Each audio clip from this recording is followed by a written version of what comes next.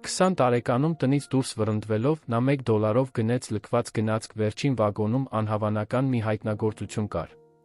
Նոյեմբերյան մի երեքշաբթի, առավոտյան 6:47-ին մայրս ասաց, որ ես ընտանիքի համար անպատվություն եմ, նույն ձայնով, որով ասում էր, որ սուրճը պատրաստ է։ Առանց գոռալու, առանց լաց լինելու, առանց դրամայի։ Միայն այդ մեկ նախադասությունը չոր, հարթ, վերջնական, մատուցված այրված տոստի հոտի խոհանոցային հեռուստացույցի լուրերի աղմուկի հետ միասին։ Դու ամոթ ես, Էլիզ։ Դու միշտ էլ այդպիսին ես եղել։ Ես կանգնած էի հենված դռան շրջանակին, ձեռքումս պայուսակս էր, որը հավաքել էի ամբողջ գիշեր, մինչ բոլորը քնած էին։ Պայուսակի մեջ 3 փոխան հագուստ, բջջային հեռախոսի լիցքավորիչ, ատամի խոզանակ, $412 կնճռոտված թղթադրամներ, որոնք խնայել էի ճանապարհեզրի ճաշարանում 6 ամիս կրկնակի հերթափոխով աշխատելուց հետո սկոշտ կազմով տետր, որտեղ գրում էի այն, ինչ չէի կարող բարձրաձայն ասել։ Հայրս նստած էր սեղանի մոտ, մեջքով դեպի ինձ, շիլա էր ուտում, կարծես ոչինչ չէր պատահում։ Նա վարպետ էր դրանում։ Թե ֆիզիկապես ներկա լինելու, թե բացակայելու բոլոր հնարավոր ձերով։ Թե շիլա ուտելու մեջ, երբ տունը հրթեհվում էր։ Ավագ քույրս, Քերոլայնը, վերում էր։ Ես գիտեի, որ նա արթուն է, որովհետև լսում էի ցնցուղի ձայնը։ Նա չէր իջնում։ Նա չէր ուզում իջնել։ Քերոլայնը վաղուց էր սովորել չներգրավվելու արվեստը, որը նրանց սիրելի արվեստն է, ովքեր միշտ առավելություն ունեին։ Դու այս տնից դուրս ես գալու, շարունակեց մայրս, դեռս չնայելով ինձ, սուրճը գթալով խառնելով, կարծես շաքարից ավելի ծանր բան լուծեր։ Վերցրու իրերդ ու գնա։ Ես չեմ ուզում, որ հարանները հարցնեն, չեմ ուզում զանգեր, չեմ ուզում նամակներ։ Դու ընտրել ես այս ճանապարհը, հիմա հետիր դրան։ Ճանապարհը, որի մասին նա խոսում էր, հանցագործություն չէր։ Թմրանյութեր չէին։ Վերջնական դատավճռի այդ տոնը արդարացնող ոչինչ չկար։ Ամենաճիշտը կլիներ ոչ ասելը։ Ոչ հորս գործընկերոջ որդու հետ պայմանավորված ամուսնությանը օգտագործված մեքենաների վաճառքի սրահում։ Ոչ բիզնես դպրոցին, որը ես երբեք չեմ ցանկացել։ Ոչ կյանքին, որն ամբողջությամբ նախագծել են մարդիկ, ովքեր երբեք ինձ չեն հարցրել, թե ինչ եմ ուզում։ Ոչ այն կաղապարին, որը նրանք ինձ համար կտրել են դեռ ծնվելուց առաջ, կարծես ես գործված կլինեի, այլ ոչ թե մարդ։ Ես ոչ էի ասել նախորդ շաբաթ Ուիտմորների գործընկերոջ նրա որդու 24-ամյա Դերեկ անունով մի տղայի հետ ընտանեկան ընթրիքի ժամանակ, որը քառակուսի ծնոտ ուներ, վերնաշապիկ բեժ պատի անհատականություն։ Ընթրիքը, ըստ էության, բանակցություններ էր, որոնք քողարկված էին որպես հասարակական հավաքույթ։ Երկու ընտանիքներ սեղանի շուրջ որոշում էին իրենց երեխաների ապագան, կարտոֆիլի պյուրեի լիքը կտորների փորձված ժպիտների միջ։ Երբ Դերեկը ուշ գիշերով հարցրեց ինձ, թե արդյոք ուզում եմ նրա նոր մեքենայով զբոսնել, ապագայի մասին խոսելու համար, ես նայեցի նրան, նայեցի մորս, որը սպասողական ժպտում էր, նայեցի հորս, որը գլխով անում էր, կարծես գործարք էր կնքում, ասացի. Ոչ։ Շնորհակալություն։ Հաջորդած լռությունը հավանաբար տեց 3 վայրկյան, բայց այն զգացվում էր ընտանիքի ամբողջ կյանքի պես։ Դերեկը կարմրեց։ Դերեկի հայրը լարվեց։ Հայրս քարացավ։ Մայրս գունատվեց։ Դրանից հետո տունը վերածվեց դատարանի, որտեղ ես մեղադրյալ էի առանց փաստաբանի։ Դուք բոլորին նվաստացրեցիք։ Դուք փչացրեցիք մի հնարավորություն։ Դուք անշնորհակալ եք։ Դուք չգիտեք, թե ինչն է ձեզ համար լավ։ Դուք կզղջաք սրա համար։ Ես ամեն ինչ լսում էի չէի պատասխանում, որովհետև այդ տանը 20 տարի անցկացնելուց հետո սովորել էի, որ արձագանքելը միայն սնուցում էր մեքենան։ Այդ լռությունը, թե ցավոտ, միակ բանն էր, որ նրանք չէին կարող օգտագործել իմ դեմ։ Այսպիսով, երեքշաբթի առավոտյան մեջքիս պայուսակը փաթեթավորած $412 ձեռքիս, ես մեկնեցի։ Ես դուռը չշրխկացրի։ Ես հետ չնայեցի։ Ես չասացի, կտեսնես։ Ես չարեցի այն դրամատիկ ժեստերը, որոնք մարդիկ պատկերացնում են, երբ մտածում են տնից դուրս եկող մեկի մասին։ Ես պարզապես իջա պատշգամբից 3 աստիճաններով, անցա մարգագետնի վրայով, որը հայրս ամեն շաբաթ մոլուցքով հնձում էր երկրաչափական ճշգրտությամբ, քայլեցի դեպի փողոցի վերջում գտնվող ավտոբուսի կանգառը։ Առավոտյան ժամը 7:12 էր։ Նոյեմբեր։ Ցուրտ։ Այնպիսի ցուրտ, որը ներթափանցում է վերարկուտ մեջ մնում այնտեղ։ Ես 20 տարեկան էի, ոչ մի ծրագիր չունեի, ինձ նույն զգացողությունն էի զգում, ինչ մեկը շենքից ցատկում, չիմանալով, թե ներքում անվտանգության ցանց կա, թե ոչ։ Ցանց չկար, բայց ավտոբուս կար։ Եվ ես նստեցի այն։ Նախքան պատմելը, թե ինչ տեղի ունեցավ հետո, պետք է մի քանի բան բացատրեմ այն մասին, թե ով էի ես, քանի որ առանց համատեքստի պատմությունը թվում է ֆանտաստիկ, իսկ իրականում այդպես չէ։ Դրա ամեն մի մասը իրական է, այդ թվում անհնար թվացող մասերը։ Հատկապես դրանք։ Ես ծնվել եմ Գրանտոնում, 13,000 բնակչություն ունեցող քաղաքում, որը գտնվում է Մոնտանայի հյուսիս-արևմուտքում, ԱՄՆ, այնպիսի վայրում, որը հայտնվում է դիսֆունկցիոնալ ընտանիքների գեղեցիկ բնապատկերների մասին ֆիլմերում, որտեղ այս երկուսը համակեցության մեջ են մտնում անհանգստացնող բնականության հետ։ Հետին պլանում լեռներ, անծայրածիր երկինք, բաց դաշտեր, ուղիղ ճանապարհներ, որոնք կարծես ոչ մի տեղ չեն տանում, իսկ տների ներսում նույն խիտ ցավերը, որոնք գոյություն ունեն աշխարհի ցանկացած վայրում։ Հայրս, Ջերալդ Ուիտֆիլդը, գլխավոր մայրուղու վրա ուներ օգտագործված մեքենաների վաճառքի կենտրոն։ Նա հարուստ չէր, բայց ապրում էր Գրանտոնի այն շերտում, որն իրեն կարևոր էր համարում։ Տեղական վերին միջին խավ, եկեղեցական խորհրդի անդամ, մշտապես ներկա Ռոտարի ակումբի ընթրիքներին, այնպիսի մարդ, որը չափազանց ամուր է ձեռք սեղմում մարդկանց արժեքը չափում է վարած մեքենայի չափսերով։ Մայրս, Դոննան, այն էր, ինչ Գրանտոնը անվանում էր նվիրված կին, ինչը սոցիալապես ընդունված ձակերպումն էր, ասելուտ կին, որը հրաժարվում էր ամեն ինչից ամուսնու կերպարը պահպանելու համար։ Դոննան ուսուցչուհի էր եղել մինչ ամուսնանալը։ Այնուհետ նա դարձավ լրիվ դրույքով տնային տնտեսության կառավարիչ, ծխական միջոցառումների կազմակերպիչ, կամավոր 3 կոմիտեներում անզիջում խնամակալ։ Քույրս, Քերոլայնը, 3 տարով մեծ էր, կատարելապես համապատասխանում էր մեր կաղապարին։ Գեղեցիկ էր այնպես, ինչպես Գրանտոնը գնահատում էր նրան։ Շիկահեր, նիհար, անհոգ ժպիտով, հարմար կարծիքներով։ Նա 22 տարեկանում ամուսնացավ Հարան քաղաքի ատամնաբույժի հետ։ 24 տարեկանում որդի ունեցավ։ Նա ապրում էր այնպես, ինչպես ծնողներս էին պլանավորել, կարծես այն իր սեփականը լիներ, գուցե այդպես էլ լիներ, ես երբեք վստահ չէի։ Եվ ես Էլիզն էի։ Էլիզը, ով չէր տեղավորվում։ Էլիզը դպրոցում չափազանց շատ հարցեր էր տալիս, իսկ եկեղեցում չափազանց քիչ։ Էլիզը նախընտրում էր իր հորեղբոր Ռոյի մեխանիկական արհեստանոցը գեղեցկության սրահին։ Էլիզը սովորություն ուներ իրերը քանդել, տեսնելու համար, թե ինչպես են դրանք աշխատում, նա միշտ չէ, որ կարողանում էր դրանք նորից հավաքել։ Էլիզը, որը 12 տարեկանում աղբարկղում գտավ լքված խոթնձիչի շարժիչ, տարավ այն տուն, մաքրեց մաս-մաս նորից աշխատեցրեց։ Հայրս նայեց աշխատող շարժիչին, ասաց. «Դա այն չէ, ինչ աղջիկը պետք է անի»։ Մայրս ասաց. «Լվացեք ձեռքերը ջաշից առաջ»։ Ոչ ոք չասաց. «Դա տպավորիչ է»։ Ոչ ոքի պետք չէր դա ասել։ Ես գիտեի։ Եվ ես նա գիտեի, որ միայնակ սա իմանալը մի յուրահատուկ միայնություն էր, որը երկար ժամանակ կմնար ինձ հետ։ Քերի Ռոյը մորս եղբայրն էր։ Նա ապրում էր Գրանտոնից 40 րոպե հեռավորության վրա գտնվող գյուղական մի տարածքում, որի հետի մասում կար արհեստանոց, որտեղ նա վերանորոգում էր գյուղատնտեսական մեքենաներ, տրակտորներ, հին բեռնատարներ, շարժիչով ամեն ինչ, որը ուշադրության կարիք ուներ։ Նա այնպիսի մարդ էր, որին Մոնտանան հաճախ ծնում է, մեծ, լուռ, գրագետ, բարի, այնպիսի ձով, որը չի արտահայտվում։ Ես հանգստյան օրերը նրա տանը էի անցկացնում, երբ հնարավոր էր։ Մայրիկիս դա դուր չէր գալիս։ Նա ասում էր, որ ես կվերադառնամ կեղտոտ գաղափարներով լի։ Երկուսն էլ ճիշտ էին։ Ռոյը 13 տարեկանում ինձ սովորեցրեց եռակցել։ 14 տարեկանում խառատահաստոց օգտագործել։ 15 տարեկանում էլեկտրական սխեմաներ կարդալ։ Հարգել գործիքները, հարգել նյութերը, հարգել աշխատանքը։ Նա ուներ մի արտահայտություն, որը միշտ կրկնում էր. ամեն ինչ, որ ինչ-որ մեկը դեն է նետել, մինույն է, ինչ-որ բան է։ Պարզապես պետք է, որ ինչ-որ մեկը պատշաճ կերպով նայի դրան։ Այդ արտահայտությունը մնաց թաքնված իմ ներսում մի տեղ, որի գոյության մասին չգիտեի, մինչ որ դրա կարիքը չզգացի։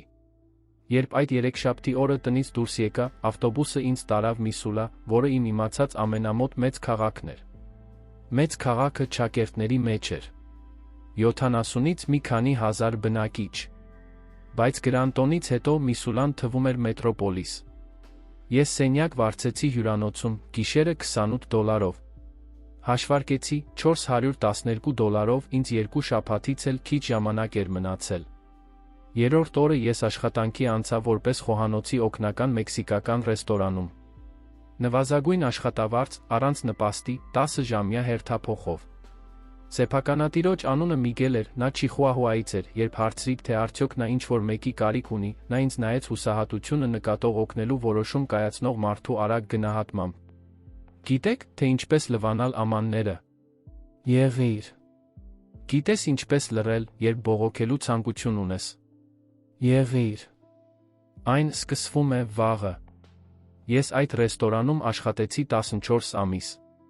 Ես լվանում էի ամաններ, կտրատում սոխ, մաքրում հատակը, տանում էի արկղեր, սովորում էի գուակամոլե պատրաստել, սովորում էի իսպաներենի տարրական գիտելիքներ, սովորում էի, որ հպարտությունը շքեղություն է, որը անօթան մարդիկ չեն կարող իրենց թույլ տալ։ Սովորում էի, որ շարժիչներ վերանորոգող ձեռքերը նույնպես կարող են մաքրել ավոկադոն, որ դրանում անպատվություն չկա։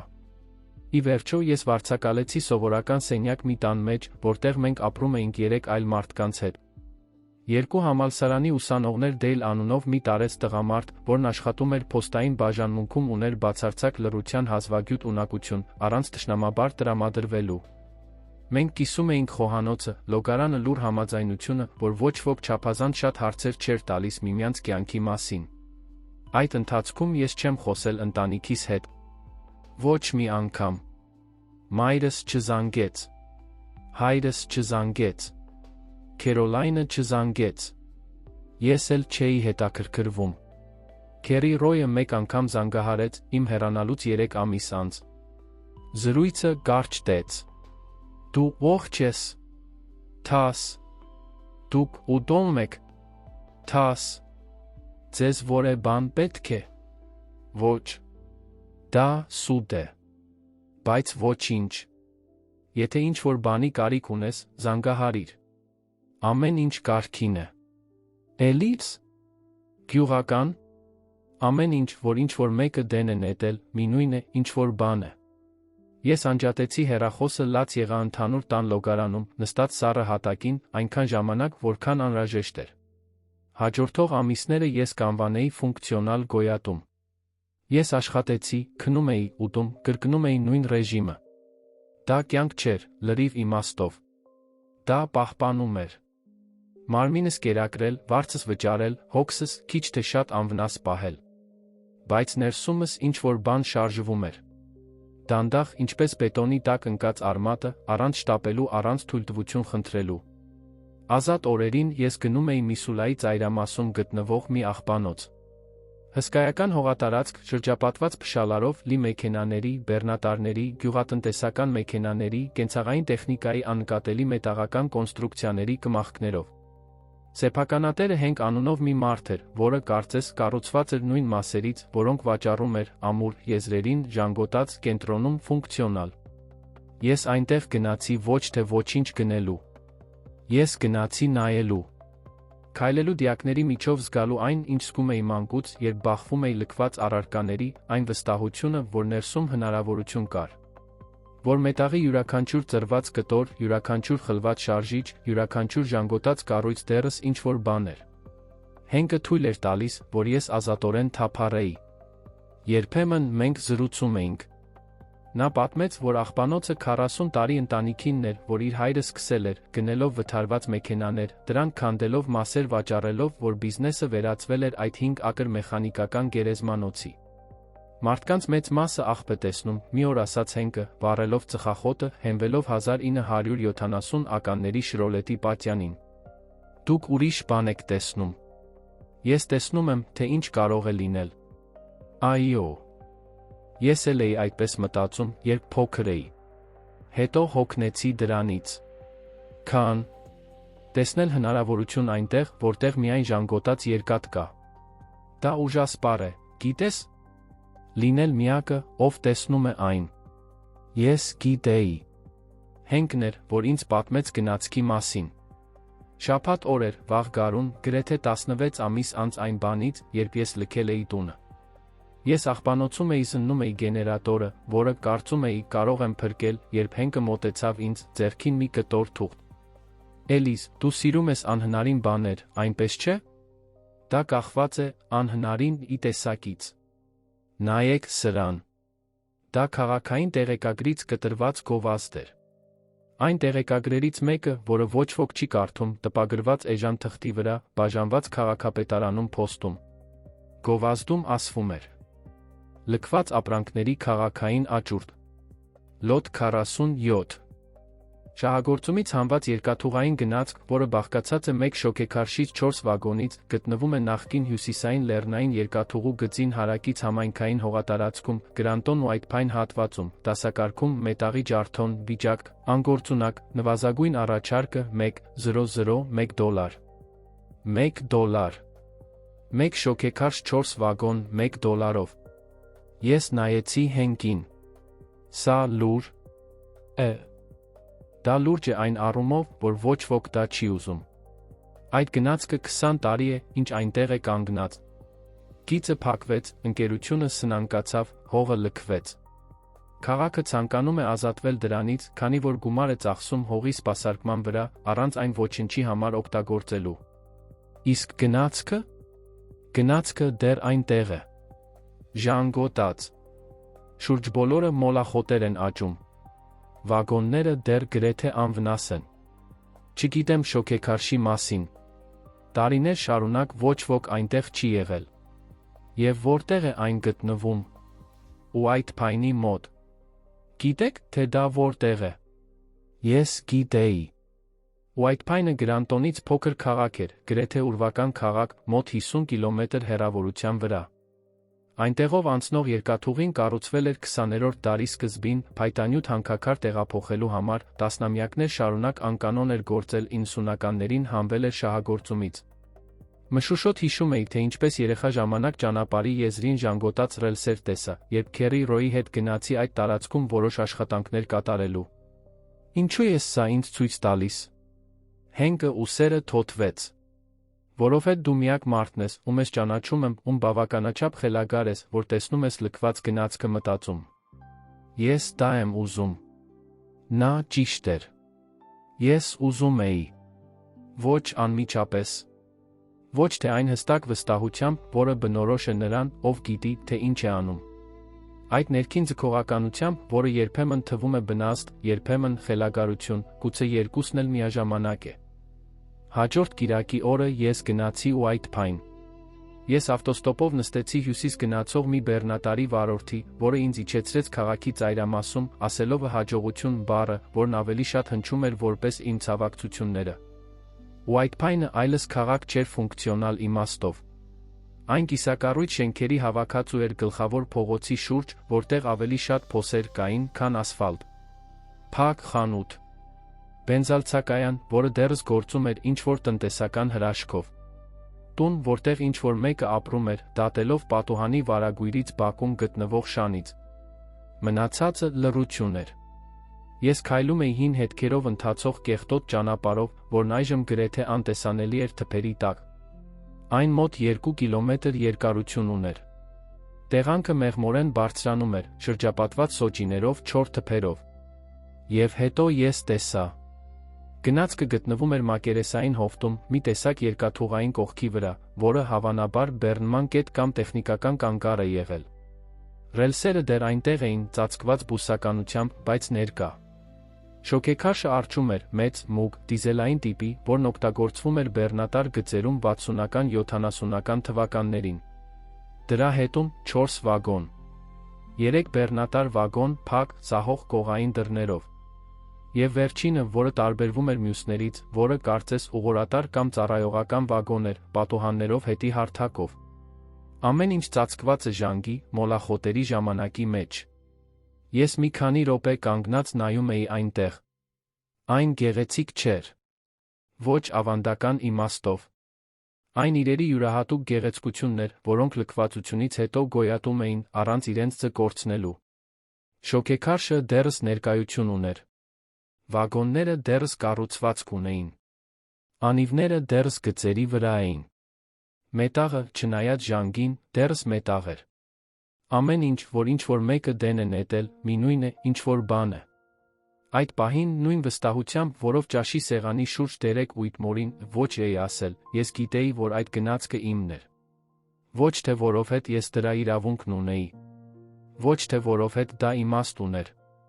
Այլ որովհետ, ինչ-որ կերպ ես չէի կարողանում բացատրել, նա ճանաչեց ինձ։ Այնպես, կարծես երկու վտարանդիներ հանդիպել էին նույն հովտում որոշել, որ մեկը մյուսի կարիքն ունի։ Այդ գիշեր ես վերադարձա Միսուլա։ Երկուշաբթի օրը զանգահարեցի շրջանի քաղաքապետարան։ Աճուրդի գործընթացը պարզ էր, քանի որ ոչ ոք այն չէր ուզում։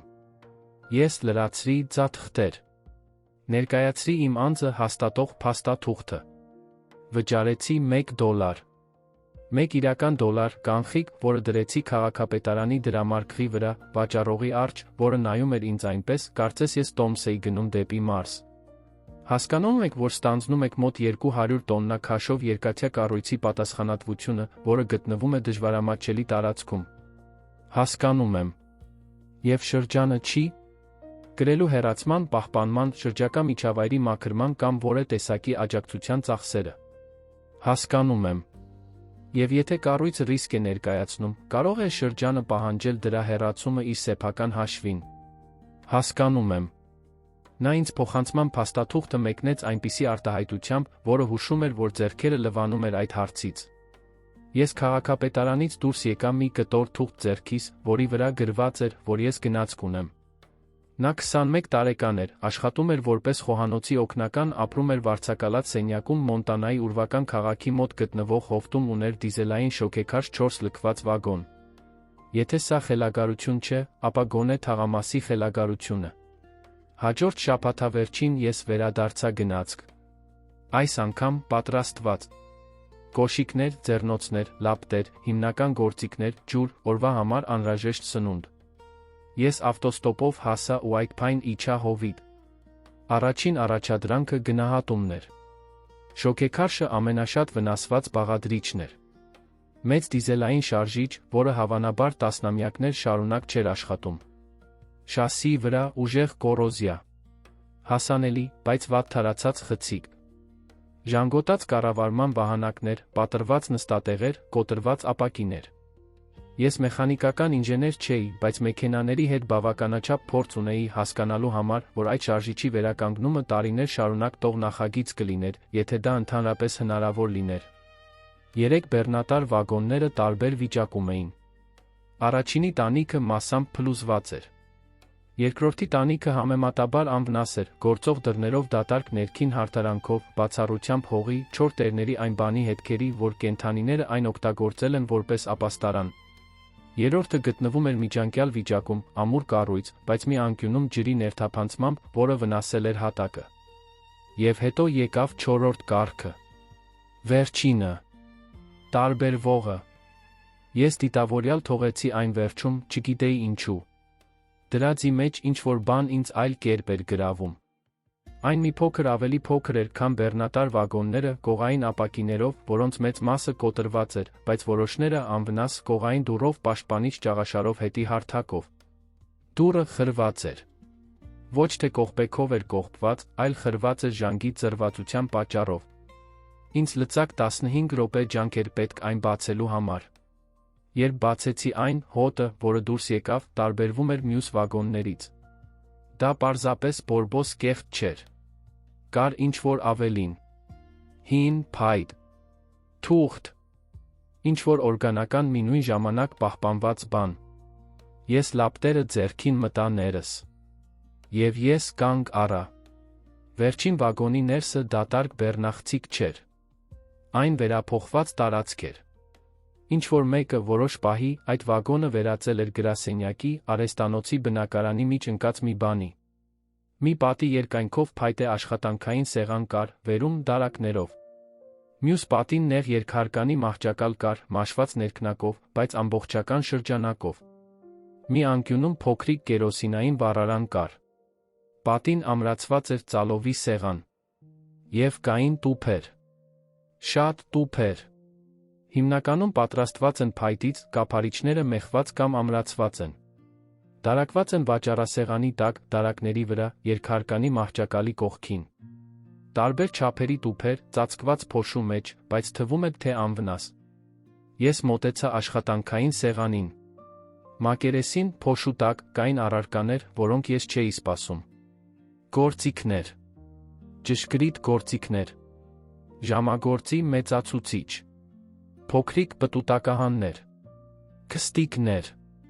Ապակե տարաներ, նյութերի չորացած մնացորդներով, որոնք ես չէի կարողանում նույնականացնել։ Փոքրիկ, 2 տարայով կշեռք, այնպիսին, որն օգտագործվում է լաբորատորիաներում կամ ոսկերչական խանութներում։ Դարակի վրա, կոկիկ դասավորված այնպիսի խնամքով, որը ժամանակը չէր ջնջել, տետրեր էին։ 6. Կոշտ կազմով տարբեր չափերի, կոճղերի վրա ձեռագիր թվեր էին գրված, որոնք ես մեկնաբանում էի որպես ամսաթվեր։ Ես վերցրի առաջին տետրը։ Բացեցի այն։ Առաջին էջում սթանակով, աջ թեքված, կոշտ ձեռագիր կար։ Աշխատանքային օրագիր։ Վագոն 4։ Սեպտեմբեր 1987։ Էդվարդ Քելոուեյ։ Էդվարդ Քալովեյ։ Ես չգիտեի այդ անունը։ Այդ պահին դա ինձ համար ոչինչ չէր նշանակում։ Բայց դա կնշանակեր ամեն ինչ։ Ես զգուշորեն թերթեցի տետրը։ Էջերը դեղնած էին, բայց ընթեռնելի։ Գրվածքը կազմակերպված էր, մեթոդական։ Թվագրված։ Յուրաքանչյուր գրառում սկսվում էր ամսաթվով, որին հաջորդում էին տեխնիկական նկարագրությունները։ 1987 սեպտեմբերի 14։ Բաքհորն Քրիքի հանքից ստացված նմուշների խմբաքանակ։ Քվարց, ներառուկներով։ Ընդհանուր քաշը 3-4 սկգ։ Սկզբնական մշակում, մասնակի մանրացում, լվացում, ձեռքով բաժանում։ 1987 թվականի սեպտեմբերի 22։ Ներառույթների տեսողական վերլուծություն։ Ոսկին տեսանելի է 2 նմուշներում։ Մանր մասնիկների չափս։ Պահանջվում է խտության ստուգում։ 1987 թվականի հոկտեմբերի 3։ 7-12 նմուշների վրա կատարված գրակային փորձարկման արդյունքները։ Ոսկու առկայությունը հաստատվել է 6-ից 4-ում։ Մոտավոր պարունակությունը փոփոխական 2-ից 8 գրամ 1 տոննայի համար։ Ես այդ տողերը կարդացի 3 անգամ։ Ոսկի։ Այդ գնացքի վագոնում ապրող մարդը ոսկի էր փնտրում։ Ես շարունակեցի թերթել այն։ Տետրը ներառում էր մոտավորապես 1 տարվա աշխատանք։ Գրառումները ցույց էին տալիս համակարգված գործընթաց, նմուշների հավաքագրում որոշակի վայրերից, դրանց մշակումը սայլակում, օգտագործելով ձեռքի գործիքներ, վերլուծություն, գրանցում, որոշում, թե որտեղ վերադառնալ, որտեղ թողնել։ Այն մեթոդական, համբերատար, խիստ էր։ Ես վերցրի երկրորդ տետրը։ Եվ երրորդը։ Յուրաքանչյուրը ներառում էր տարբեր ժամանակաշրջան, ժամանակի մեջ առաջ շարժվելով։ Նշումները դարձան ավելի մանրամասն, ավելի տեխնիկական, ավելի վստահ։ Էդվարդ Քելոուեյը, ով էլ որ լիներ, հստակ գիտեր, թե ինչ է անում։ Նա սիրողական չէր, առվի մեջ կաթսայով։ Նա երկրաբանական գիտելիքներով, մեթոդով, կարգապահությամբ օժտված մարդ էր։ Եվ հետո ես հասա 5-րդ տետրին։ 1993 թվականի ապրիլյան գրառման մեջ ասվում էր. Հաստատված է։ Բաքհորն Քրիքի հյուսիսարևելյան հատվածում գտնվող գլխավոր երակը հաստատուն է խորությամբ երկարությամբ։ Վերջին 6 ամիսների նմուշները ցույց են տալիս միջինում 12 տոննա պարունակություն, որի գագաթնակետերը հասնում են մինչ 30 տոննայի կենտրոնացվածության վայրերում։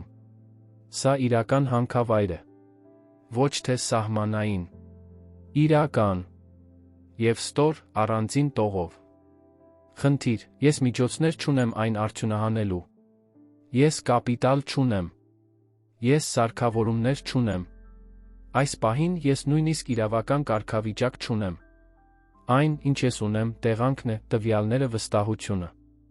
Ես դադարեցի կարդալ։ Ես վերադարձա վերջին նախադասությանը։ Այս պահին ես նույնիսկ օրինական ինքնություն չունեմ։ Ո՞վ էր Էդվարդ Քալովեյը։ Ես բացեցի տուփերը։ Առաջինը պարունակում էր հանքանյութերի նմուշներ։ Տարբեր չափերի քվարցային քարեր, որոնց վրա նշված էին տետրերին համապատասխանող կոդեր։ Որոշները ունեին դեղին մետաղի տեսանելի երակներ, որոնք, նույնիսկ երկրաբանության մեջ իմ սահմանափակ փորձով, ես ճանաչում էի որպես ոսկի։ Ոչ մեծ կտորտանքներ։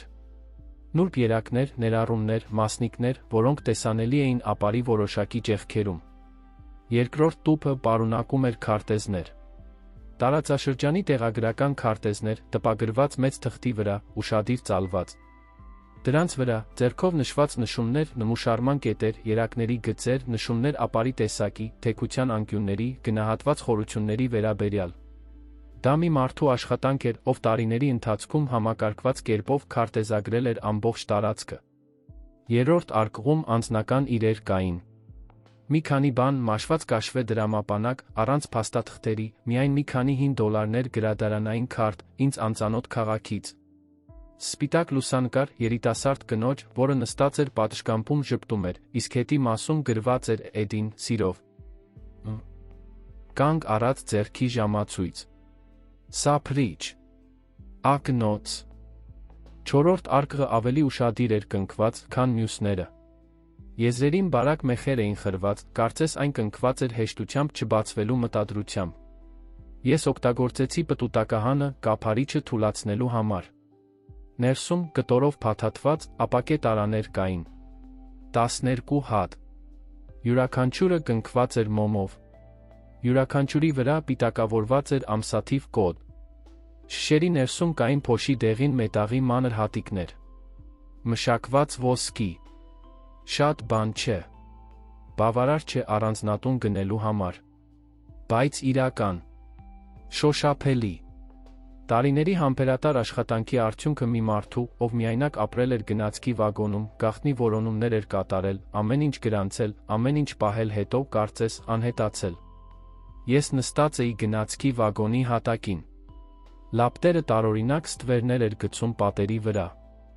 Լռությունն այնպիսի լռություն էր, որը գոյություն ունի միայն այն վայրերում, որտեղ ոչ ոք երկար ժամանակ չի եղել։ Ես նստած էի մի մարդու կյանքում, որին չէի ճանաչում, ձեռքումս տասնամյակներ առաջ նրա հավաքած ոսկե սրվակներ էի պահում, շրջապատված էի տետրերով, որոնք փաստաթղթավորում էին այնպիսի աշխատանքներ, որոնց գոյության մասին աշխարհում ոչ ոք չգիտեր։ Եվ հարցը, որը շարունակում էր տանջել ինձ, որքան է արժենում չէր։ Դա, ինչ պատահեց, նրան հարցն էր։ Վեցերորդ տետրը ինձ պատասխանի մի մասը տվեց։ Այն ամենակարճն էր։ Այն ընդամենը մի քանի ամիս էր տում։ Ձեռագիրը փոխվել էր, դարձել էր ավելի անկայուն, պակաս վերահսկելի։ Գրառումներն ավելի մեծ հեռավորություն ունեին։ 1994 թվականի հունիս։ Հազը վերադարձավ։ Այս անգամ ավելի վատ։ 3 առավոտյան արյուն էր թաշկինակի վրա։ 1994 թվականի օգոստոս։ Ես գնացի Միսուլայի բժշկի մոտ։ Ես կեղծ անուն օգտագործեցի։ Ախտորոշումը, հավանական է, տուբերկուլյոզ։ Նա խորհուրդ տվեց հոսպիտալացում։ Ես չեմ կարող գնալ։ Եթե նրանք ինձ հոսպիտալացնեն, նրանք կպահանջեն փաստաթղթեր։ Եթե նրանք պահանջեն փաստաթղթեր, ամեն ինչ ավարտված է։ 1994 թվականի սեպտեմբեր։ Աշխատելն ավելի ու ավելի դժվար է դառնում։ Իմ մարմինը այլս չի կարողանում դիմանալ։ Բայց երակը դեռ այնտեղ է։ Տվյալները ամբողջական են։ Եթե ինչ-որ մեկը գտնի այս տետրերը, կիմանա, թե որտեղ են դրանք, ինչ կա դրանց մեջ։ 1994 թվականի հոկտեմբեր։ Չգիտեմ, թե որքան ժամանակ է մնացել ինձ։ Ես այս վերջնական գրառումն եմ անում նրանց համար, ովքեր կգան ինձնից հետո։ Այստեղ է ամեն ինչ, ինչ ձեզ անհրաժեշտ է, քարտեզներ, նմուշներ, կոորդինատներ, վերլուծություններ։ Բաքհորն Քրիքի հանքավայրը իրական է նշանակալից։ Ես չէի կարող այն արդյունահանել։ Գուցե ով գտնի, կարողանա։ Վերջին գրառումը եղել է 1994 թվականի նոյեմբերին։ Եթե դու սա կարդում ես, ես հավանաբար արդեն մահացած եմ։ Ես չգիտեմ, թե դու ով ես։ Կարևոր չէ, թե ով ես։ Կարևորն այն է, որ դու գտել ես մի բան, որը ես ամբողջ կյանքս փնտրել եմ, ժամանակ չեմ ունեցել օգտագործելու։ Իմ իրական անունը Էդվարդ Քելոուեյ չէ։ Բայց դա այն անունն է, որը ես օգտագործել եմ վերջին 20 տարիների ընթացքում, դա միակն է, որը դեռ ինչ-որ բան է նշանակում ինձ համար։ Ես Մոնտանա եկա, փախչելով մի կյանքից, որն ինձ չէր ուզում։ Ես գտա այս գնացքը, ես գտա այս լեռները, ես գտա այս աշխատանքը։ Դա բավական էր։ Օգտագործիր այն, ինչ գտնում ես։ Լավ օգտագործիր։ Վերջին էջը կարդացի գնացքի վագոնի փոշոտ հատակին նստած, լապտերի լույսի ներքո, 21 տարեկանում, սիրտս այնքան ուժեղ էր բաբախում, որ ատամներիս մեջ էի զգում։ Ես Մոնտանա եկա, փախչելով մի կյանքից, որն ինձ չէր ուզում։ Այդ արտահայտությունը հարվածեց ինձ այնպիսի ուժով, որին չէի սպասում։ Որովհետև հենց դա էի արել։ Փախել էի կյանքից, որն ինձ չէր ուզում։ Եվ գտել էի մի բան, որը ինչ-որ մեկը թողել էր ետում։ Այդ գիշեր ես քնեցի գնացքի վագոնում։ Էդվարդ Քելոուեի մահճակալին։ Տետրերը կողքիս էին, սրվակները տուփի մեջ, իսկ մեռած մարդու լռությունը ընկերակցում էր ինձ։ Հաջորդ օրերին ես վերադարձա Միսուլա, արեցի այն, ինչ կաներ ցանկացած բանական մարդ։ Ես հետազոտություններ կատարեցի։ Նախ, Էդվարդ Քալոուեյը։ Ես որևէ հետողական պաշտոնական գրառում չգտա։ Անունը հայտնվել է որոշ եզրային հղումներում, 1980-ականներին Գրեյթ Ֆոլսի գրադարանի հաճախորդների ցանկում։ Վաշինգտոն նահանգի մի քաղաքից ոստիկանության զեկույցում հիշատակում մի մարդու մասին, որը 1970-ականներին անկանոն ապրել էր գյուղական վայրում։ Միտումնավոր ջնջված գոյության հատվածներ։ Ով էլ որ նա սկզբում լիներ, նա արդյունավետ աշխատանք էր կատարել անհետացման ուղղությամբ։ Այնուհետ ես ուսումնասիրեցի Բաքհորն Քրիքը։ Այն լեռնային շրջանում գտնվող առվակ էր, Ուայթ Փայնի շրջանային սահմանի մեջ։ Դժվարամատչելի տարածք, որտեղ բնակիչներ չկային, տնտեսական գործունեություն չէր արձանագրվում։ Պատմականորեն 19-րդ դարի վերջին 20-րդ դարի սկզբին, Մոնտանայի ոսկու տենդի ժամանակ, տարածաշրջանում արհեստավորական հանքարդյունաբերություն է եղել։ Փոքր գործունեություններ, անհատ հանքագործներ, արդյունաբերական մասշտաբով ոչինչ։ Մեծ մասը լքել էր այն, երբ մակերեսային հանքավայրերը սպառվել էին։ Սակայն մակերեսային հանքավայրերի սպառումը չի նշանակում, որ այլս ոսկի չկա։ Դրանք միայն նշանակում են, որ հեշտ արդյունահանվող ոսկին վերացել է։ Կարծր ոսկին, ավելի խորը, ավելի ցրված, ավելի աշխատատար ոսկին կարող է դեռ լինել այնտեղ։ Եվ հենց այս ոսկին է, որ Էդվարդ Քալոուեյը 2 տասնամյակի համբերատարությամբ քարտեզագրել փաստաթղթավորել է։ Ես ուսումնասիրեցի տարածաշրջանում հանքային իրավունքները։ Եվ այդ ժամանակ էր, որ պատմությունը բարդացավ։ Մոնտանայում հանքային մակերեսային իրավունքները բաժանելի են։ Անձը կարող է տիրապետել հողին, առանց տիրապետելու դրա տակ գտնվողին, հակառակը։ Բաքհորն Քրիքի տարածքը դաշնային հող էր, որը կառավարվում էր հողերի կառավարման բյուրոյի կողմից, ինչը նշանակում էր, որ տեսականորեն հնարավոր էր գրանցել հանքային պահանջ, հանքարդյունաբերական պահանջ, հետելով իրավական ընթացակարգերին։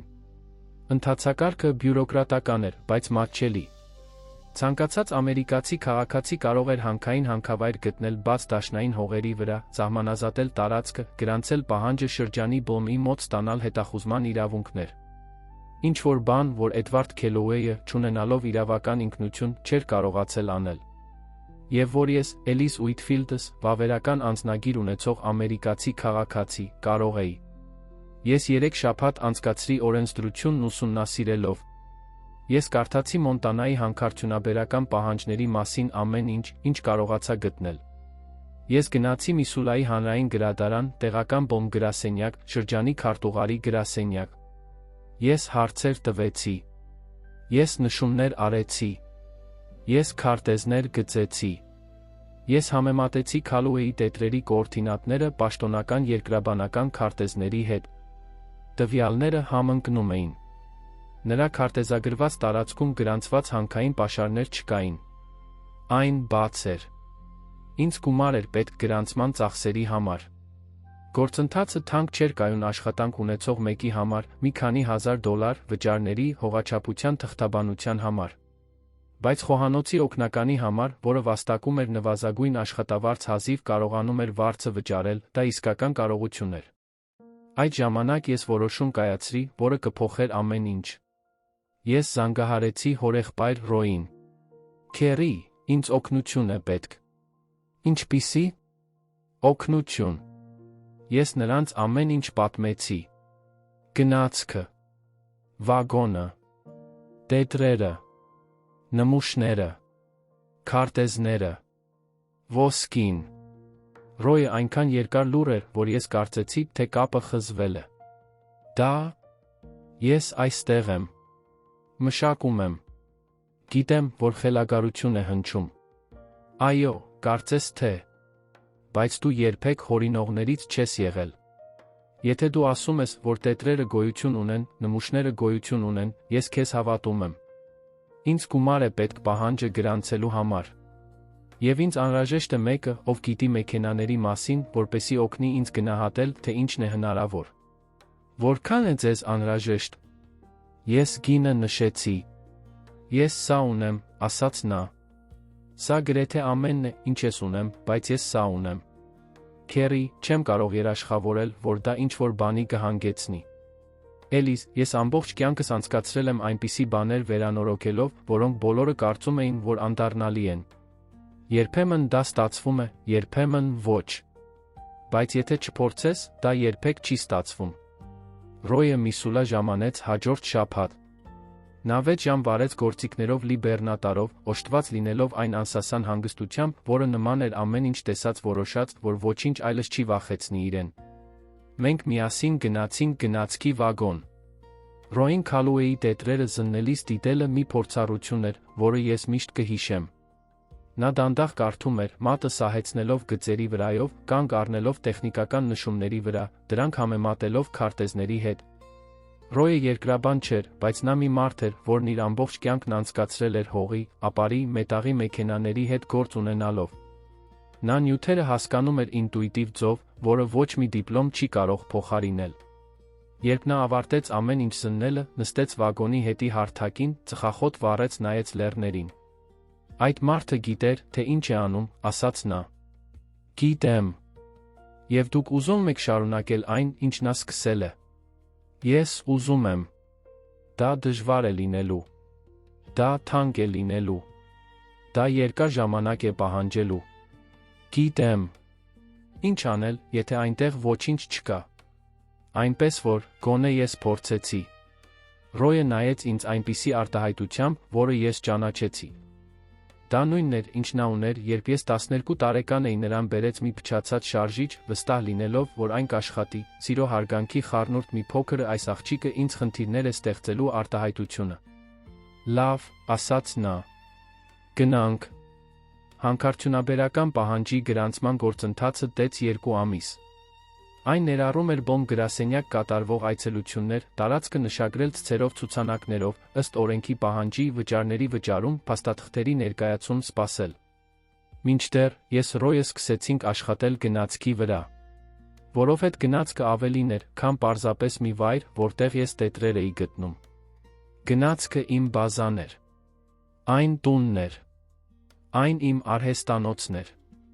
Այն կետն էր, որտեղից ամեն ինչ տեղի էր ունենալու։ Ռոյը գնահատեց յուրաքանչյուր վագոնը։ Շոգեքարշը կարճաժամկետ հեռանկարում հայտարարվեց անվնաս, սակայն կողային մասի անիվներն ու ռելսերը այնպիսի վիճակում էին, որ թույլ էին տալիս սահմանափակել վագոնների ձեռքով տեղաշարժը։ Երկրորդ բեռնատար վագոնը, որն ամենաանվնասն էր, մաքրվեց, վերածվեց պահեստային աշխատանքային տարածքի։ Երրորդը, տանիքի վերանորոգումից հետո, դարձավ իմպրովիզացված քնելու տեղ։ Քալուեի վագոնը պահվեց այնպես, ինչպես կար տետրերի արկղերի հետ միասին, որպես մի տեսակ արխիվ ապաստարան։ Ես թողեցի աշխատանքս մեքսիկական ռեստորանում։ Միգելը հասկացավ, կամ ձացրեց, թե հասկանում է, որ դա գրեթե նույն բանն է։ Ոսկի փորելու ես։ Ես փորձելու եմ։ Խելագարություն։ Բայց հաջողություն։ Ես տեղափոխվեցի գնացքի մոտ։ Այո։ Ես գնացքում էի ապրում։ Ես ապրում էի հին բեռնատար վագոնում, հատակին դրված ներքնակով, վառարանով, ջրի դույլով, վարագույրի փոխարեն բրեզենտով, իսկ Մոնտանայի լեռների լռությունը իմ միակ հարևանն էր։ Այն ռոմանտիկ չէր։ Այն խիստ էր։ Ձմռանը ցուրտ էր այնպես, ինչպես ոչ մի նկարագրություն բավարար չափով չի նախապատրաստում։ Ամռանը շոգ էր այլ կերպ, չոր, անողոք։ Միայնակ այնպես, ինչպես առաջին մի քանի շաբաթների ընթացքում կուրծքդ սեղմվում է, ապա դառնում մի տեսակ լուռ ուղեկից։ Բայց այն իմն էր։ Կյանքումս առաջին անգամ այն տարածքը, որտեղ ես ապրում էի, ամբողջությամբ, անվիճելիորեն, օրինականորեն իմն էր։ Գնացք, որը ոչ ոք չէր ուզում, գնված $1 անապատում։ Եվ շրջակա լեռների տակ, եթե Էդվարդ Քալուեյը ճիշտ էր, ոսկի կար։ Գարնանը սկսվել են հողի վրա աշխատանքները։ Ռոյը գալիս էր, երբ հնարավոր էր, սովորաբար հանգստյան օրերին։ Նա իր արհեստանոցից բերում էր հիմնական սարքավորումներ, հորատիչ, շարժական կոմպրեսոր ձեռքի գործիքներ։ Միասին մենք հետեցինք Քալուեյի տետրերի կոորդինատներին մինչ Բաքհորն Քրիք։ Արվակը ճիշտ այնպիսին էր, ինչպիսին ցույց էին տալիս քարտեզները։ Նեղ ջրուղի անտառապատ կիրճում, լանջերին ժայռոտ ելուստներով։ Տարածքը գեղեցիկ էր վայրի, անձեռնմխելի ձով, խորը լռությամբ, որը բնորոշ է այն վայրերին, որտեղ մարդիկ պարզապես չեն գնում։ Մենք սկսեցինք նմուշներ հավաքել Քելուեյի նշած կետերից։ Գործընթացը ձեռքով էր, քարը կոտրվում էր, բեկորները հավաքվում, դրանք վագոն էին տանում տեսողական վերլուծության տարրական փորձարկումների համար։ Ես կարդացել էի ամեն ինչ, ինչ կարող էի գտնել ոսկու հետախուզման, նմուշարման մեթոդների, երկրաբանական ցուցանիշների մասին։ Ես մասնագետ չէի, բայց ես մեթոդական էի, ինչպես Քելուեյը, ես ձեռքեր ունեի, որոնք գիտեին, թե ինչպես աշխատել։ Առաջին նմուշները հաստատեցին նրա դիտարկումները։ Քվարց, ոսկե երակներով, որոնք տեսանելի են որոշակի կետերում։ Ոչ ամենուր։ Ճշգրիտ գոտիներում, հենց այնտեղ, որտեղ նա նշել էր։ Ռոյը մի նմուշ պահեց գարնանային կեսօրվա լույսի տակ երկար ժամանակ նայեց դրան։ Ոսկեգույն է, ասաց նա, կարծես նշելով, որ երկինքը կապույտ է։ Այո։ Եվ այնտեղ ներքում ավելին կա։ Եթե տետրերը ճիշտ են, այո։ Թվում է, թե տետրերը ճիշտ են։ Այդպես են թվում։ Ռոյը նմուշը դրեց սայլակի աշխատանքային սեղանին։ Էլիս, ես շարժիչներ եմ նորոգում։ Ես մեքենաներից գիտեմ։ Ես հանքարդյունաբերությունից չգիտեմ։ Դրանից այն կողմ անցնելու համար քեզ պետք են մարդիկ, ովքեր գիտեն։ Նա ճիշտ էր։ Եվ ես դա գիտեի։ Ինչ ես չգիտեի, դա այն էր, թե ինչպես գտնել այս մարդկանց, ովքեր ոչ փող ունեին, ոչ կապեր, ոչ էլ հեղինակություն։ Պատասխանը եկավ մի աղբյուրից, որին ես չէի սպասում։ Մի օր Միսսուրիի գրադարանում երկրաբանություն ուսումնասիրելիս հանդիպեցի մի մարդու, Թոմաս Պարկ անունով։ 60-ամյա կորեա-ամերիկացի, Մոնտանայի համալսարանի երկրաբանության թոշակառու պրոֆեսոր։ Նա պատահաբար գրադարանում էր, հետազոտություններ անելով մի հոդվածի համար, որն ինքն էլ ասել էր, որ երբեք չի ավարտի։ Պատահաբար զրուցեցինք երկրաբանության բաժնում։ Նա տեսավ քարտեզները, որոնք ես ձեռքումս էի պահում, հարցրեց, թե ինչ եմ ուսումնասիրում։ Ես, որն արդեն սովոր էի անվստահությանը, տատանվեցի։ Բայց նրա վարքի մեջ ինչ-որ բան, անկեղծ հետաքրքրասիրություն, առանց ձականության, ստիպեց ինձ բացվել։ Ես խոսեցի գնացքի մասին, նոթատետրերի մասին, Քալուեյի մասին, նմուշների մասին։ Թոմաս Պարկը ինձ լսում էր ավելի ու ավելի ուշադրությամբ։ Ապա խնդրեց ցույց տալ տետրերը։ Մենք վերադարձանք գնացք։ Թոմասը ամբողջ կեսօրն անցկացրեց Քալուեյի վագոնում, կարդում էր տետրեր, ուսումնասիրում նմուշներ, համեմատում դրանք բաժինից բերված երկրաբանական քարտեզների հետ։ Նրա լռությունը տարբերվում էր Ռոյի լռությունից։ Դա տեխնիկապես գնահատող, կարգաբերող, չափող մեկի լռությունն էր։ Ավարտելուց հետո նա հանեց ակնոցները, սրբեց դրանք վերնաշապիկով, ասաց. Այս մարդը լավն էր։ Շատ լավ։ Նմուշարման մեթոդը հիմնավորված է։ Վերլուծությունները հետողական են։ Երկրաբանական եզրակացությունները տրամաբանական են, հաշվի առնելով այն, ինչ մենք գիտենք այս տարածաշրջանի ապարների մասին։ Այսինքն, ավանդը իրական է։ Հաստատելու համար ինձ լաբորատոր վերլուծություն է պետք։ Բայց իմ տեսածի հիման վրա, այո։ Նրա քարտեզագրված տարածքում կա տնտեսապես շահավետ ոսկու հանքավայրի իրական նշանակալի հնարավորություն։ Տնտեսապես շահավետ, այսինքն դա փոշի չէ, որ կա բավարար ոսկի արդյունահանումը արդարացնելու համար, եթե այն ճիշտ արվի։ Թոմասը մի պահ լռեց։ Կարող եմ քեզ մի բան հարցնել։ Նա կարող է։ Ինչպես է 21-ամյա կինը հայտնվում Մոնտանայի կենտրոնում գտնվող լքված գնացքում միայնակ ապրելու մեջ։ Ես նայեցի նրան, փախչելով մի կյանքից, որն ինձ չէր ուզում։ Նա դանդաղ գլխով արեց։ Այս Քալովեյն էլ նույն բանն էր ասում իր տետրերում, չէ՞։ Սրանք թվում են, թե գնացքը որոշակի տեսակի մարդկանց է գրավում։ Թոմասը դարձավ երրորդ հենասյունը։ Նա գումար չէր ներդնում։ Նա գիտելիքներ էր ներդնում։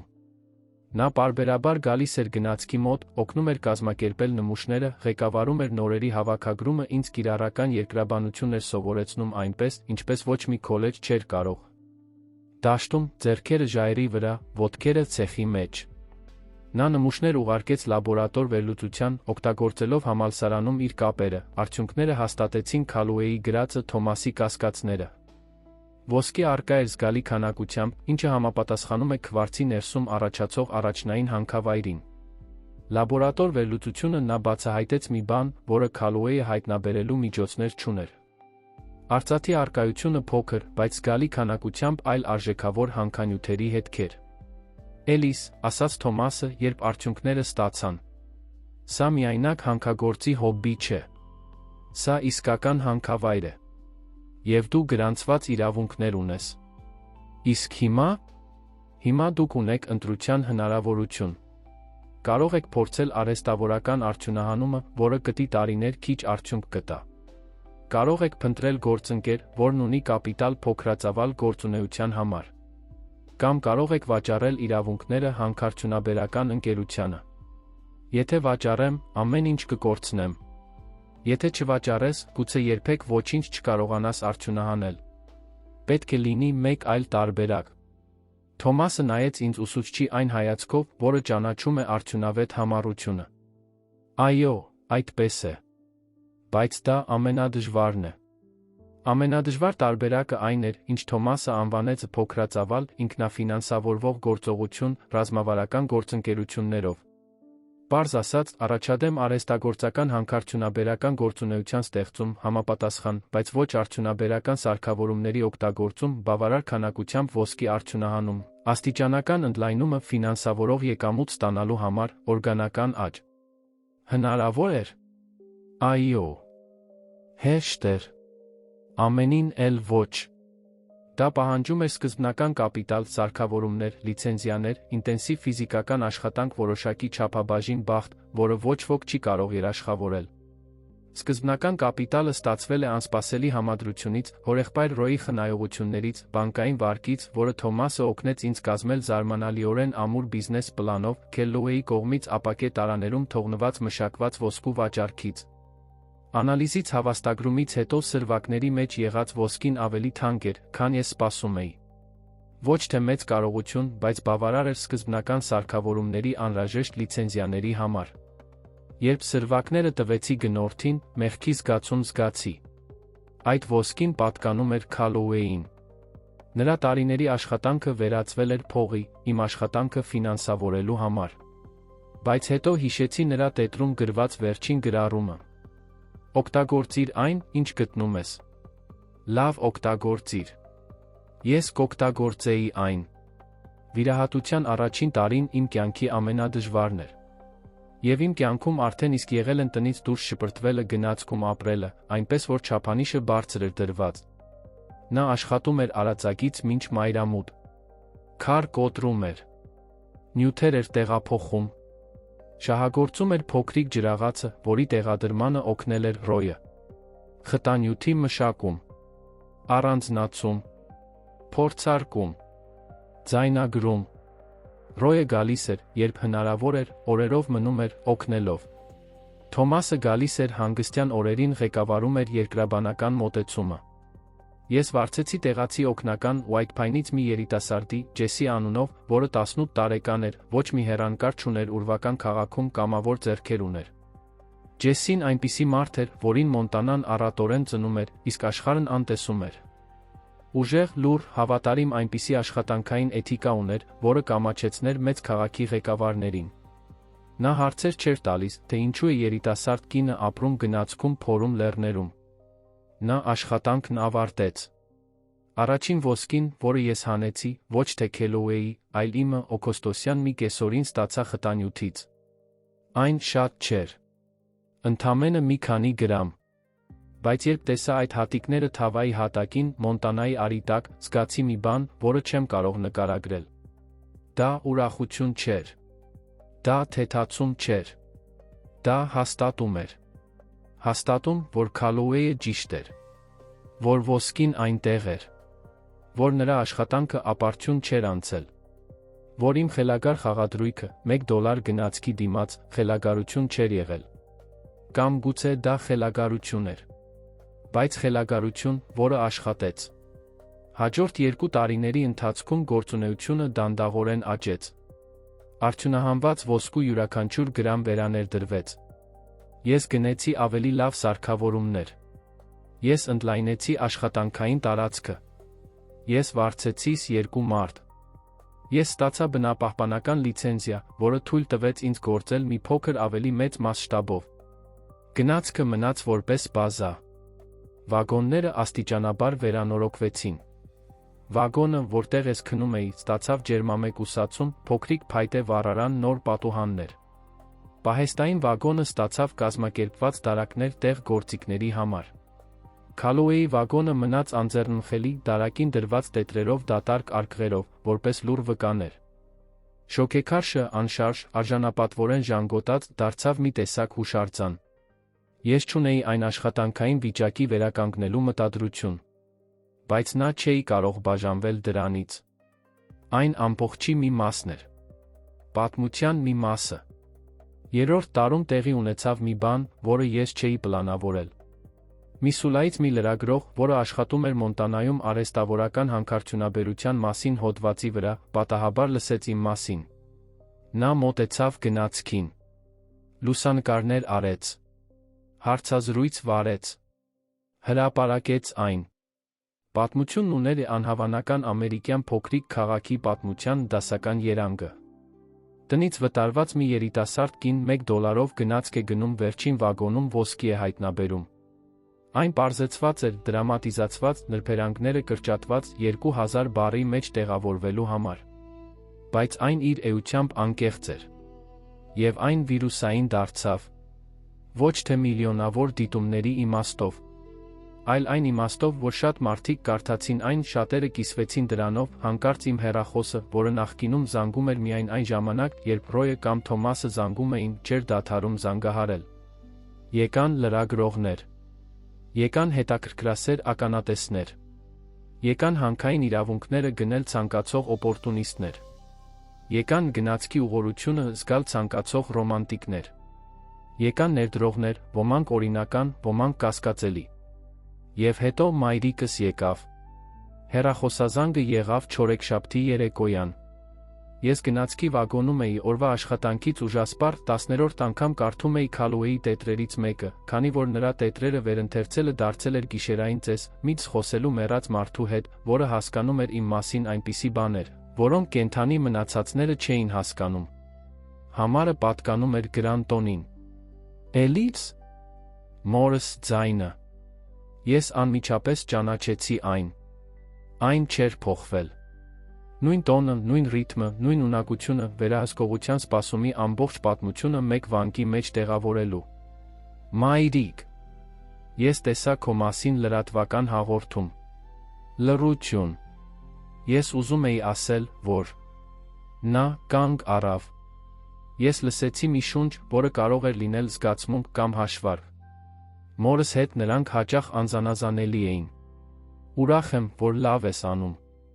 Շնորհակալություն։ Եվ գուցե մենք այն ժամանակ չափազանց կոպիտ էինք։ Հնարավոր է։ Ձեր հայրը իր ողջույններն է հղում։ Ես լրջորեն կասկածում էի, որ Ջերալդ Ուիթֆիլդը կամավոր կերպով ինչ-որ բան էր ուղարկել։ Բայց ես դա չասացի։ Ամեն ինչ կարգին է։ Կցանկանայիք գալ Նատալ։ Ոչ։ Կրկին լռություն։ Ավելի երկար։ Էլիս, ես քո մայրն եմ։ Գիտեմ։ Եվ ես քո դուստրն էի, երբ դու ինձ ճանապարհեցիր։ Նա չպատասխանեց։ Մայրիկ, ես չեմ զայրացած։ Բայց ես նա չեմ ծածնում, թե դա տեղի չի ունեցել։ Դու ինձ անպատվություն անվանեցիր, դուրս հանեցիր։ Ես 20 տարեկան էի։ Ես ոչինչ չունեի։ 3 տարի ձեզանից ոչ ոք չզանգահարեց։ Ոչ մեկը։ Ես կարծում էի, որ դու չմտածեցիր։ Դու չմտածեցիր իմ մասին։ Դու մտածեցիր այն մասին, թե ինչպես եմ ես փչացնում իմ կյանքի համար կազմած ծրագիրն առանց ինձ հետ խորհրդակցելու։ Մենք ուզում էինք ձեզ համար լավագույնը։ Դու ուզում էիր այն, ինչը քեզ համար ամենահարմարն էր։ Կա տարբերություն։ Զանգը կարճ ժամանակ անց ավարտվեց։ Ոչ մի համաձայնություն։ Ոչ մի բանավոր գրկախառնություն։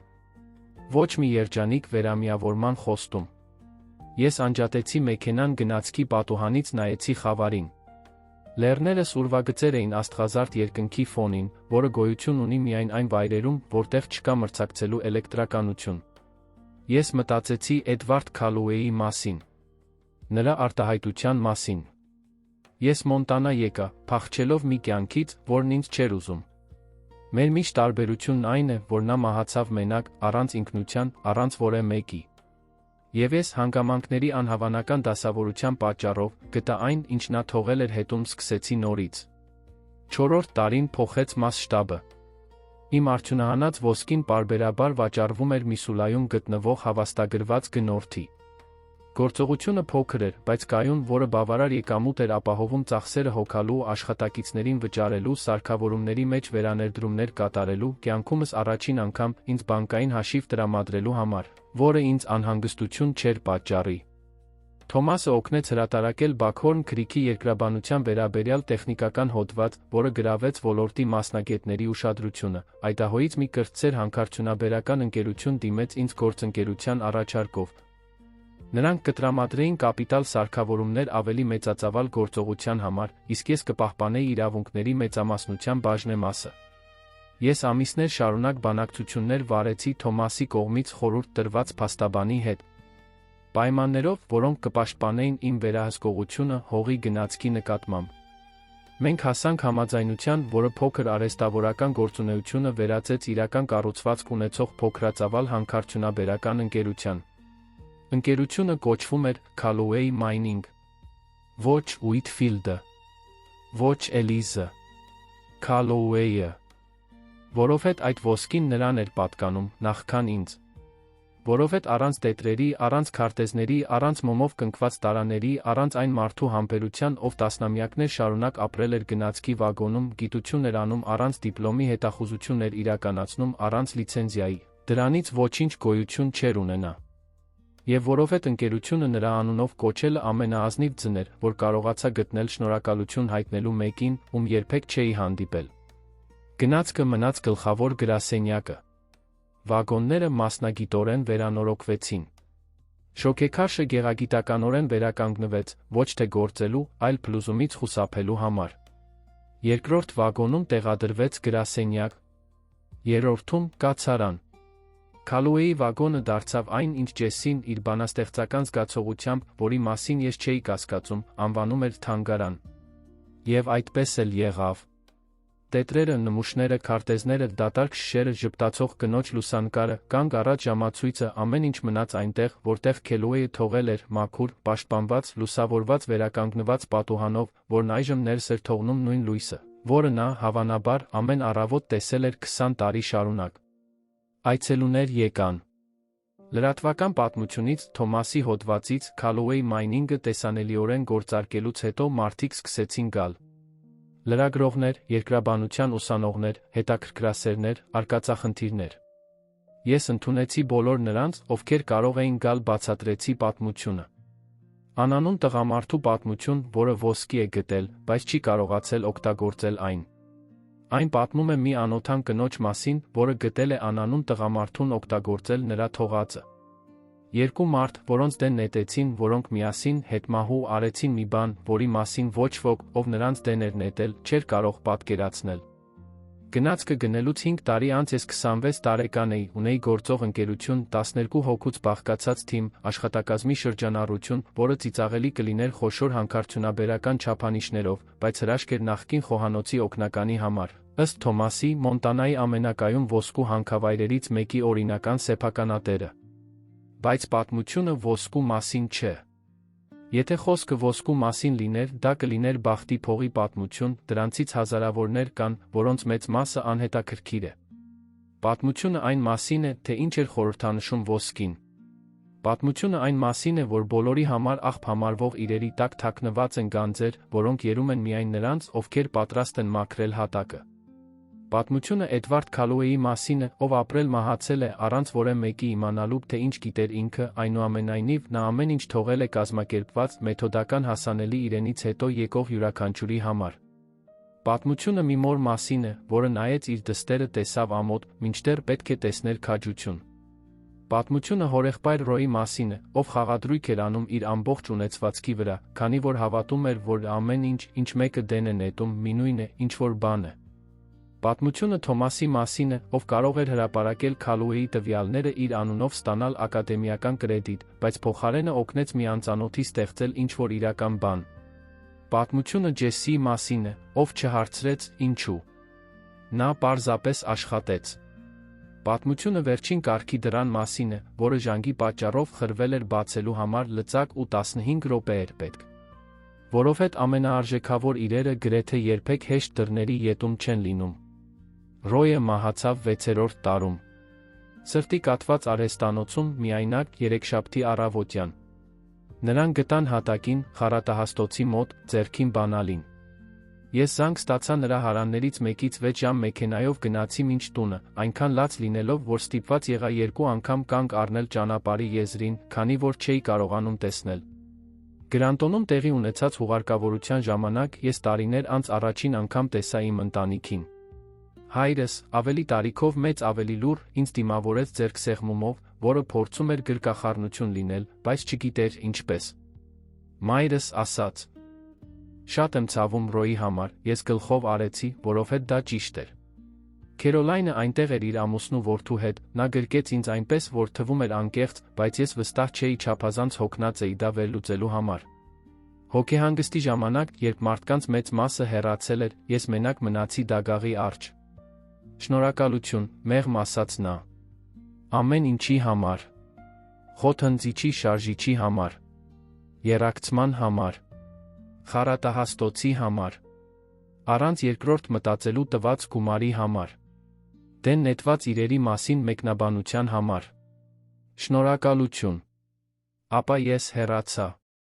Ռոյի տարածքում ես գտա մի բան, որը նա թողել էր ինձ համար։ Արհեստանոցի դարակներից մեկում, իմ անունով գրված ծրարի մեջ, կար մի նամակ մի բանալի։ Նամակում ասվում էր. Էլիս, եթե դու սա կարդում ես, ես կամ մահացած եմ, կամ ծերունի, երկու դեպքում էլ չեմ հիշի, թե ինչպես եմ գրել այն։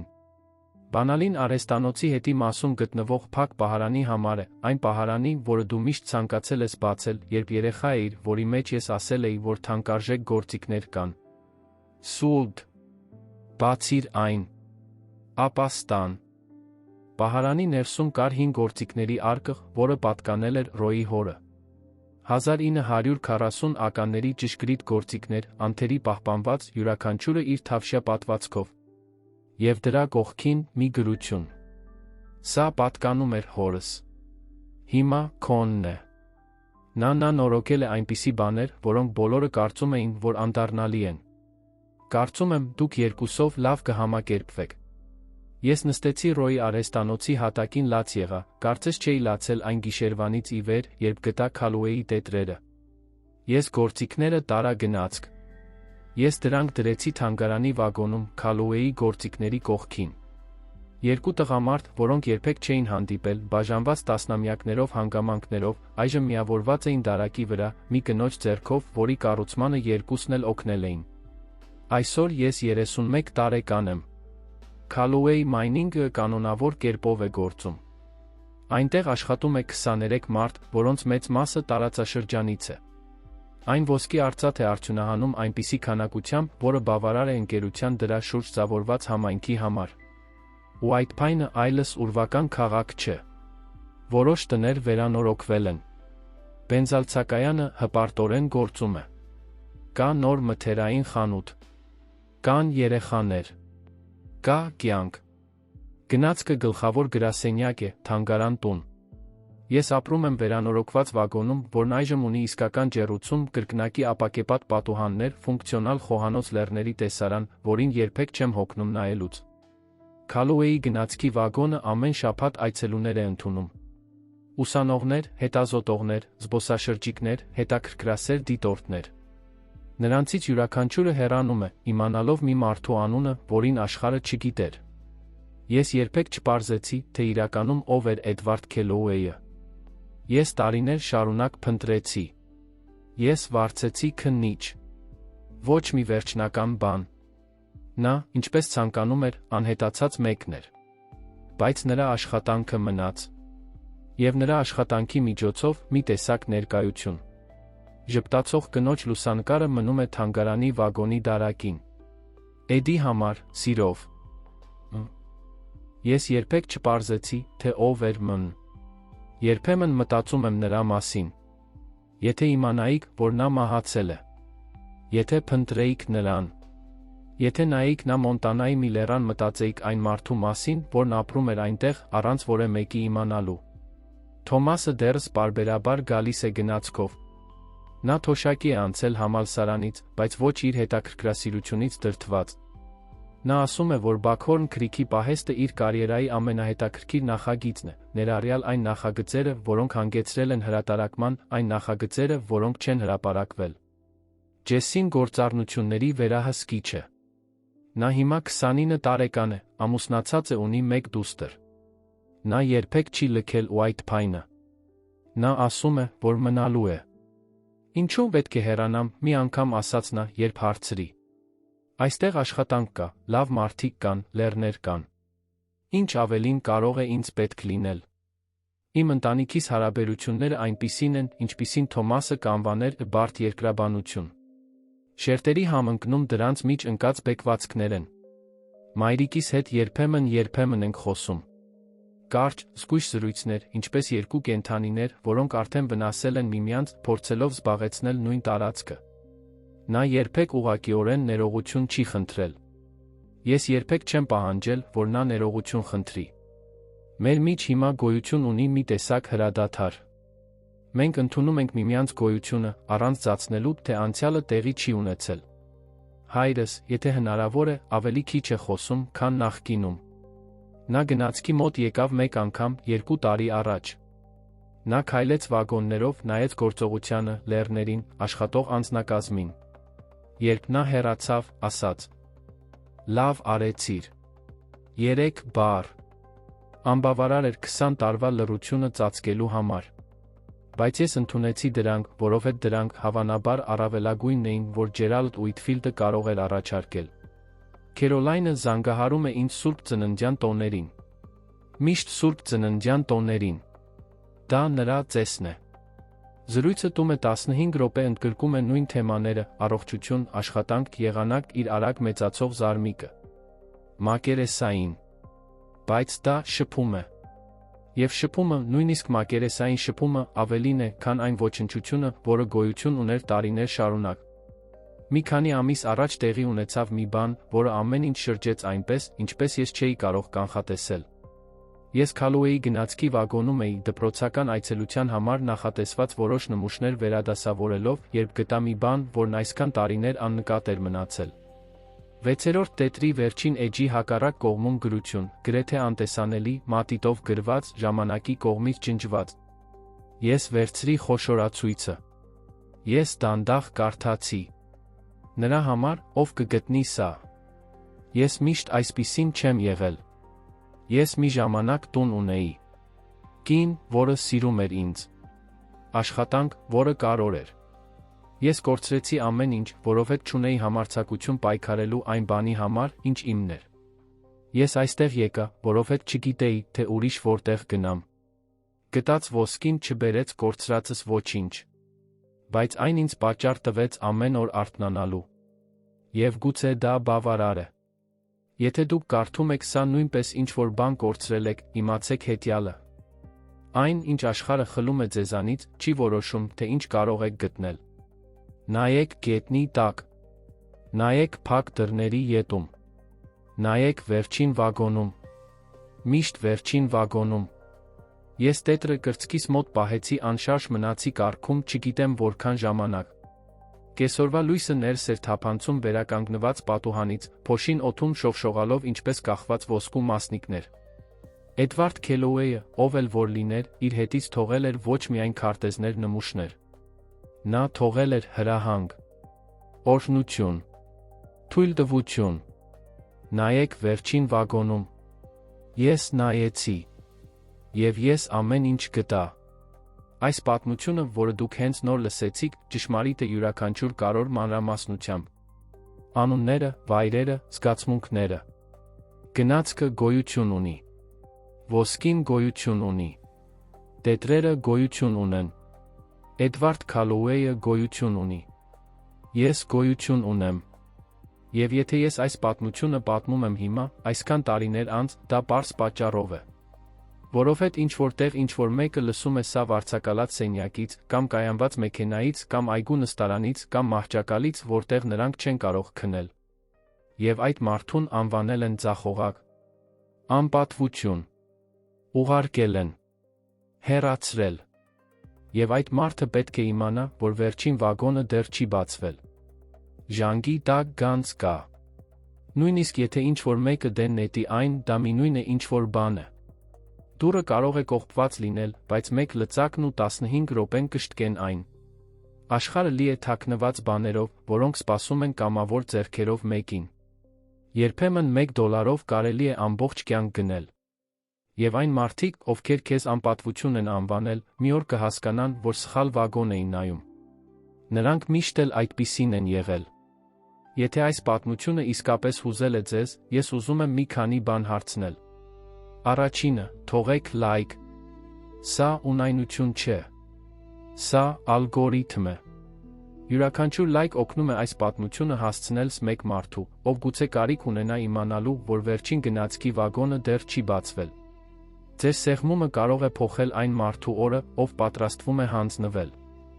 Երկրորդ, բաժանորդագրվեք ալիքին միացրեք ծանուցումները։ Մենք ձեզ համար այսպիսի պատմություններ ենք ներկայացնում ամեն շաբաթ։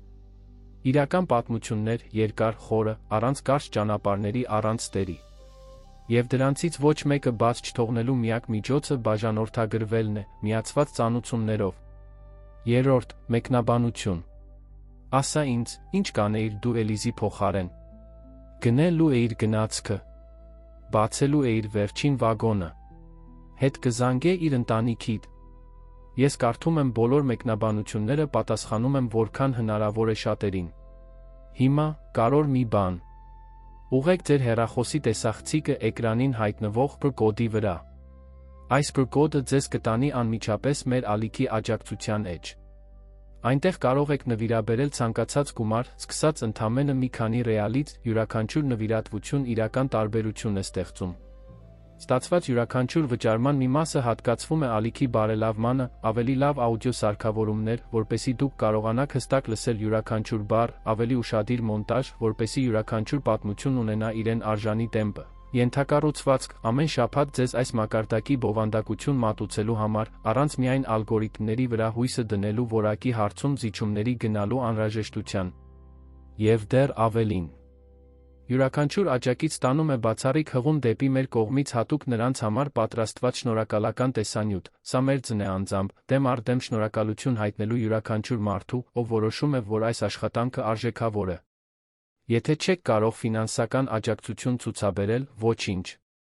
Կիսվեք այս տեսանյութով։ Ուղարկեք այն ինչ-որ մեկին։ Հրապարակեք այն ընտանեկան խմբային զրույցում, ձեր կարգավիճակում, սոցիալական ցանցերում։ Յուրաքանչյուր կիսում աջակցության մի ձե, որը ոչինչ չի արժենում, կարող է փոխել մեկի օրը։